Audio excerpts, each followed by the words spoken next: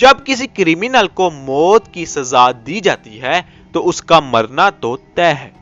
جہاں اس کی موت کی تاریخ آنے سے پہلے ہی اس کی سانسیں تیز ہونی شروع ہو جاتی ہیں، ایسے میں اس کرمینل کے دماغ میں زندہ بچنے کی امید کے علاوہ ہر طرح کے خیال آتے ہیں۔ لیکن جب کبھی کوئی ایک نہیں بلکہ 3 بار پھانسی کی سزا دینے پر بھی نہ مرے تو یہ اپنے آپ میں حیران کر دینے والی بات ہوتی ہے۔ اور ٹھیک ایسا ہی جونلی نام کے ایک کرمینل کے ساتھ ہوا، اور یہ ہوا کیسے، آج ہم آپ کو اس ویڈیو میں یہی بتانے جا رہے ہیں۔ ویڈیو شروع ہونے سے پہلے اگر آپ نے ہمارا چینل سبسکرائب نہیں کیا تو سبسکرائب کر دیں اور بیل آئیکن پہ بھی کلک کر دیں تاکہ نئی آنے والی ویڈیو کی نوٹیفیکیشن سب سے پہلے آپ کو مل سکے۔ جسے قانون بھی نہ مار پائے اس کے بارے میں کیا ہی کہا جائے، کیونکہ جونلی بھی ایک ایسا ہی شخص تھا جہاں برٹش قانون بھی اسے مارنے میں ناکامیاب رہا۔ اور یہ ہوا کیسے، اسے سمجھنے کے لیے آپ کو سب سے پہلے یہ سمجھنا ہوگا کہ پہلے کے دور میں پھانسی کی سزا کس طرح دی جاتی تھی۔ ہم آپ کو بتاتے چلے کہ پہلے کے دور میں انسانوں کو پھانسی کی سزا دینے کے لیے انہیں جلانے سے لے کر ان کے باڈی پارٹس کاٹنے تک کی سب چیزیں کی جاتی تھی۔ لیکن وقت جیسے جیسے آگے بڑھتا گیا، انسان کو سزا دینے میں تھوڑا بہت رحم دکھانا شروع ہو گیا،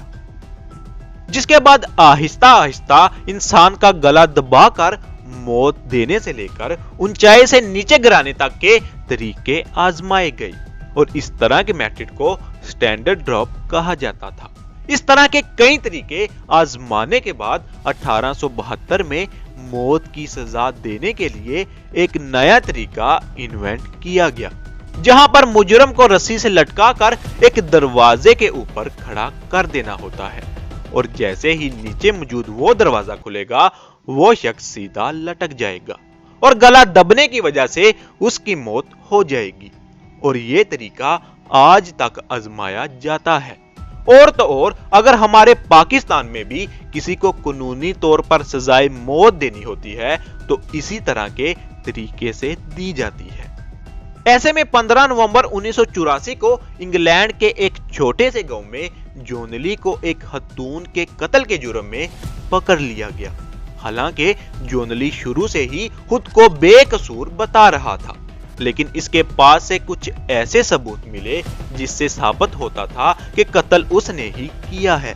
سب سے پہلے جس خاتون کا قتل ہوا تھا وہ ایک بہت ہی امیر گھرانے کی خاتون تھی، جس کے وہاں کئی سارے نوکر چاکر کام کیا کرتے تھے، اور جونلی بھی انہی میں سے ایک تھا۔ حالانکہ بعد میں جون نے وہاں سے نوکری چھوڑ دی اور نیوی جوائن کر لی، لیکن چوری کے الزام میں گرفتار ہونے کے بعد اسے وہاں سے بھی نکال دیا گیا۔ اور پھر جب جون جیل سے چھوٹ کر واپس آیا تو اس نے پھر سے اسی خاتون کے وہاں کام کرنا شروع کر دیا جس کے پاس پہلے وہ کام کیا کرتا تھا، اور جونلی کو اپنے وہاں واپس سے کام پر رکھ لینا ہی اس خاتون کی سب سے بڑی غلطی تھی، کیونکہ ایک دن اچانک اس خاتون کی موت ہو گئی، جس کے بعد موقع واردات پر کوئی اور نہیں بلکہ صرف جونلی ہی پایا گیا، جس کی وجہ سے اسے گرفتار بھی کر لیا گیا۔ جب اسے پولیس اسٹیشن میں انویسٹیگیشن کے لیے لے جایا گیا تو اس کے ہاتھوں میں ایک کٹ ملا جو اس کے مجرم ہونے کا صاف ثبوت دے رہا تھا۔ ایک طرف پولیس کو اسے چھوڑ باقی کسی کے خلاف کوئی ثبوت نہیں مل رہا تھا تو وہیں ہی دوسری طرف جونلی بار بار اپنی بے گناہی کا بتا رہا تھا۔ لیکن اب ظاہر سی بات ہے کہ اس کے علاوہ موقع واردات پر کوئی بھی نہیں تھا، اور اس کے ہاتھوں میں لگے کٹ کے نشان بھی یہی اشارہ کر رہے تھے کہ دال میں کچھ کالا ہے۔ اور برٹش پولیس نے اپنا زیادہ دماغ اور وقت نہ لگاتے ہوئے جونلی کو ہی گناہگار سمجھ کر کورٹ میں کیس شروع کر دیا، اور وہاں پر بھی کورٹ نے اسے ہی مجرم مانا اور جونلی کو موت کی سزا سنا دی گئی۔ پر اتنا کچھ ہونے کے بعد بھی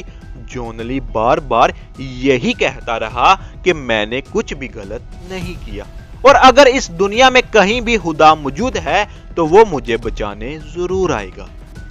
کیونکہ مجھے خدا پر